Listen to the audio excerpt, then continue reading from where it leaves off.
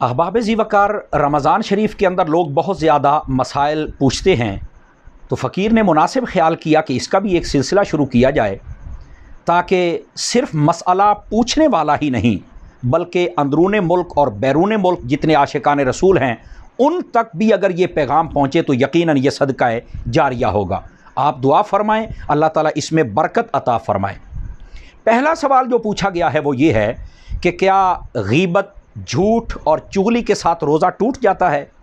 تو اس کا جواب یہ ہے کہ ان چیزوں کے ساتھ روزہ نہیں ٹوٹتا، لیکن بلا شبہ یہ چیزیں ہیں حرام، ان سے بچنا بڑا ضروری ہے۔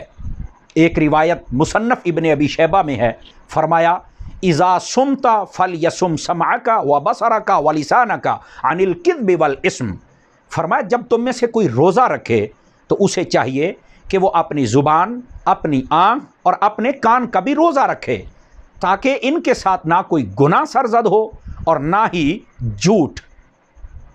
ایک روایت میں یہ بات بھی موجود ہے، فرمایا الصدق طمانیۃ والکذب ریبۃ۔ فرمایا سچ بندے کو سکون دیتا ہے اور جھوٹ بدسکونی میں مبتلا کر دیتا ہے۔ اور غیبت اس کے بارے میں تو فرمایا ایسے سمجھے کہ جیسے اپنے بھائی کا گوشت کھا رہا ہے۔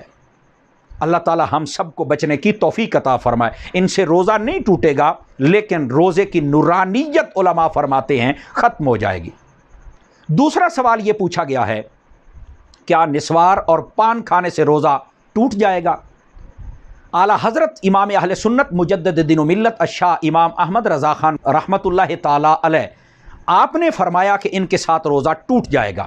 اور پھر اعلیٰ حضرت تو اعلیٰ حضرت ہیں، ساتھ میں فرمایا کئی آپ کو یہ مطمئن کرنے کی کوشش کریں گے کہ دیکھو یہ تو منہ میں رکھنے والی چیز ہے تو ہم باہر ہی تھوکتے رہیں گے، حلق سے نیچے نہیں گزاریں گے، تو پھر کیوں روزہ ٹوٹتا ہے؟ آپ نے فرمایا پھر بھی ٹوٹے گا، کیوں؟ اس کی وجہ یہ ہے کہ نسوار اور پان کھانے سے جسم کی خواہش پوری ہوتی ہے، نشہ ہوتا ہے جو پورا ہوتا ہے۔ فرمایا روزے میں یہی تو مطلوب ہوتا ہے کہ نفسانی خواہشات سے اپنے آپ کو بچایا جائے، اس واسطے ان چیزوں کے ساتھ روزہ ٹوٹ جائے گا۔ میں احباب سے گزارش کروں گا کہ نسوار نہ استعمال کیا کریں، چونکہ اس کے ساتھ منہ کے اندر بدبو پیدا ہو جاتی ہے، بندہ کسی محفل و مجلس میں بیٹھے تو دوسروں کی بھی بسا اوقات اذیت کا سبب بن جاتا ہے۔ روایت میں ہے جب بندہ عبادت کرتا ہے تو فرشتہ اپنا منہ انسان کے منہ کے ساتھ لگا لیتا ہے، اگر بدبو آئے تو وہ ہٹ جاتا ہے، تو اس سے بچیں تو یہ بہتر ہے۔ پان بسا اوقات خوشبو کے لیے ہوتا ہے اور بسا اوقات لوگوں کے گلے کے لیے بڑا ممد اور معاون ثابت ہوتا ہے، تو اس کے اندر یہ قباحت نہیں ہے۔ بہرحال روزہ ٹوٹ جائے گا۔